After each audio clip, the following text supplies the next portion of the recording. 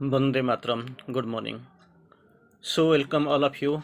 The topic we are going to discuss right now on this glorious morning, of course, it is a storm hit morning, and of course, it is Chandan Purnima, Buddha Purnima. So many ways, it is a very great day today. So, the topic we are also going to discuss that must be a great topic, of course, it is on deeper concentration.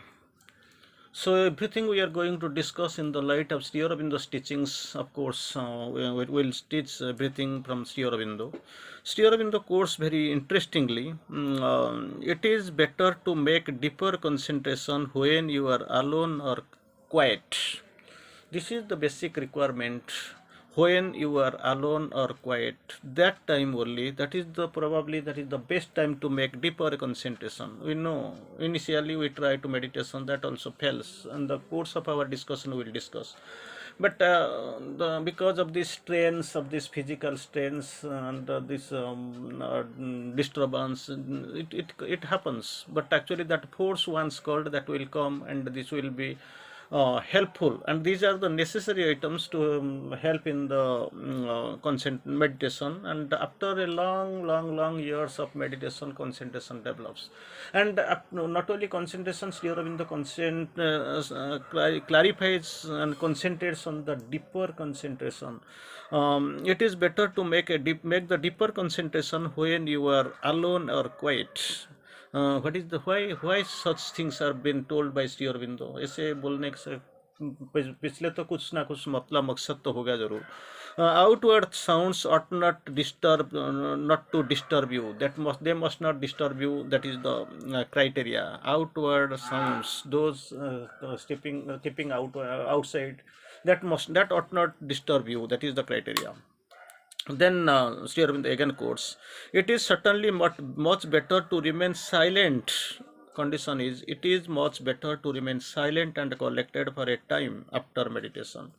That is what the requirement, Sri Aurobindo. Many times we have discussed, many times, of course, we have seen the present scenario, we have seen.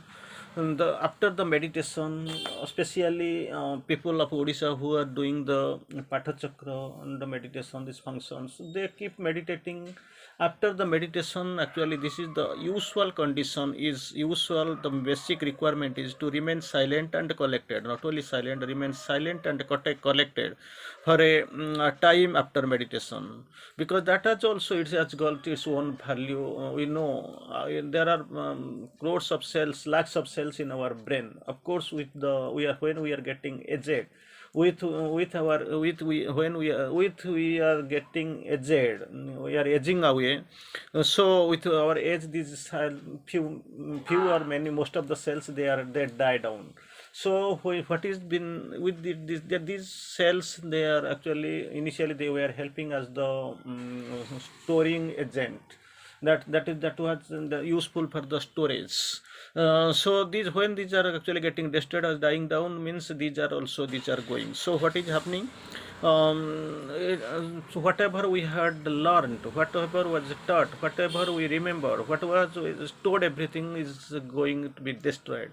For the new process, for the new remembrance, and also new storage space is required. New cells formation of new cells is absolutely necessary. For that only, for the formation of the new cells, it actually gets processed with the silence after meditation. If we are keeping silent and gathered after meditation, the new cells in the brain, it is getting it gets fermented, formulated, it is formed, so that your problem is solved. They will be acting as the storage house, they will be helpful for the storage, so that whatever is you are learning now, whatever we are reading now, then after some time, whenever we are rereading or relearning or re-listening, that will never appear as a new concept or a new theory for us, because that is already we have known, because it is already stored, so we can just download it like this. Here in the course, it is certainly much better to remain silent and collected for a time after meditation. It is a mistake to take the meditation lightly. Very careful sentence. You must not be confused. It is the real track Sri Aurobindo is pulling to us and tries to explain. It is a mistake to take the meditation lightly. By doing that, taking the meditation lightly, what happens? One fails to receive or receive that receptivity goes. One fails to receive or spills what it is received or most of it. That is the criteria, that is the problem. Again, there in the course, one can have no fixed hour of meditation yet be doing the sadhana. That is the helpful attitude here in the again course. Don't fix any time. No, nothing fixed. It is not the religious or moral bent of mind. It is spiritualism. So, as per your freedom, as per your requirement, you can carry out. Concentration is very much helpful and necessary. These are the things here Aurobindo tries to quote. The more one concentrates, very interesting, the more one concentrates, of course, the limits of the body's capacity without straining it. If the body is one strained, then that is difficult to meditate. So, the more one concentrates without restraining the body, the more forces of yoga grows. If the force of the yoga grows and this body is not unstrained, it has turned receptive, then your chapter is closed, your problem is solved. But you must be prepared for the meditation being sometimes not successful, not get upset by it. If even there is a failure, you must not be upset. For that, variability of the meditation happens to everybody. This is not only one or two, it is a case of, well, initially it is the problem of everybody. There are different causes for that, but it is mostly something physical that interferes. For that, actually, there is a hampering, there is a collapse, there is a problem in meditating. Either the need of the body to take time to assimilate, and what has come, very difficult. Initially, body is not prepared. So, what power, energy, light is coming? It is not getting assimilated by the unprepared body. So, and the second, or being done, sometimes inertia or dullness, that is the second criteria. First, the body is not prepared to assimilate what is the power, force, light is coming, energy is coming.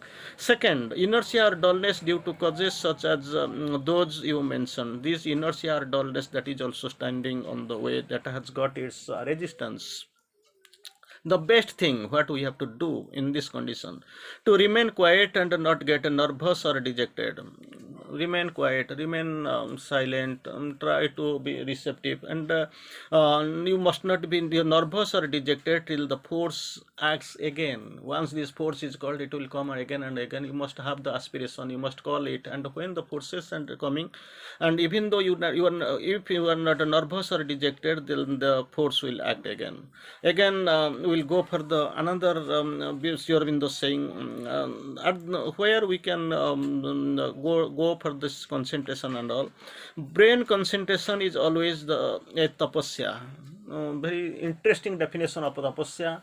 In tapasya, tapa, we know in many ways we are actually defining. So here in the course, brain concentration is always tapasya, and necessarily brings strain, because it keeps strain on the brain. We know we have a brain on the head, that is cerebrum, cerebellar hemisphere, cerebrum. So many things are there. Chambers we have seen, very interesting chambers we have seen. So for these doctors or people who are living in the science student, especially with zoological background, they will be knowing. Brain concentration is always tapasya, and necessarily brings a strain. If very little 3.2 ounce or something like this, 3.2 ounce, 3.6 something. So when we are placing strain on the brain, that is actually creating the problem. It is creating strain. It is only if one is lifted out of the brain mind. So what is the solution? If one is lifted out of the brain mind altogether, then the strain of mental consciousness disappears. That strain goes actually. So two main places where one can center the consciousness for yoga, that is in the head, and second is in the heart. These are the two places already we have discussed. That is it is there. It is everywhere in the system, and there are several centers of it. The center in the inner concentration is not in the brain but in the heart. heart is the major center of consciousness. We don't know, knowingly or not knowingly, we are doing these things. But the thing is that initially these sadhaka, the people who were the old faculties, old school of meditation, so these people, they were almost concentrating on the top of the head in the brain center. But here, according to Sri Aurobindo, the easiest method is to concentrate on heart. So originating center of the vital desire is still where down. So Sri Aurobindo quotes two centers. One is the in the head, and the second in the heart. The first one head, that is the mind center, and the second one is the soul center. Anyway, it is very interesting. There is no harm in, still in the course, no harm in concentrating sometimes in the heart and sometimes above the head. So those the two major heads, it has been displayed actually. There are two centers, sometimes above the head. There is no harm. You can do it by concentration. Is either in either place does not mean keeping the attention fixed on a particular spot. That is what that so that this strain can be removed. You have to take your action station of consciousness in either place and concentrate, that not in on the place but in the divine. That is not in the spot, not on an object. But thing is that after you getting more concentrated, more aware, the thing will come that you will concentrate more, and only on the divine. That is the criteria. That is the requirement. That is the necessity. This can be done with the eyes shut or with eyes open. We know Sri Aurobindo was doing the sadhana, that the concentration, even opening the eyes even for maybe 8 hours per day at a stretch. It was also possible for him because he is divine. Divine is doing adopting the divine method for the divine purpose to achieve the divine, and with the bringing out the entire divinity to make the entire being into the divine purpose and to feel with divinity. So what we are doing anyway, we are just pursuing the path. We are just following his track. We are taking his guidance because he is divine. He is trying to make his instrument, his divine instruments like us. If we are at all capable, if we will be at all capable, then these divine elements, the divine is choosing to bring divinity into these divine parts. That is the whole story of this bright picture, bright side of this whole story. So this can be done with eyes open or shut, according to that suits you. Initially, almost we know we sit in the asana, with different asanas we meditate, and afterwards, once this is even we can standing and moving here and there. That is also possible. You can concentrate on the sun, but concentrate on the divine is better than to concentrate on the sun. Sometimes some questions here Vinda has clarified. Again, Sri Aurobindo very interestingly quotes very one or two things. If the mind gets tired, that concentration, that strain is there. If it gets tired, the mind gets tired. Naturally, it is difficult to concentrate. Once it is disturbed, the strain is there. It is getting disturbed, tired, then difficult to concentrate. Unless you have to become separate from the mind. So you have to get separated from mind. That strain will not affect you. That is the what.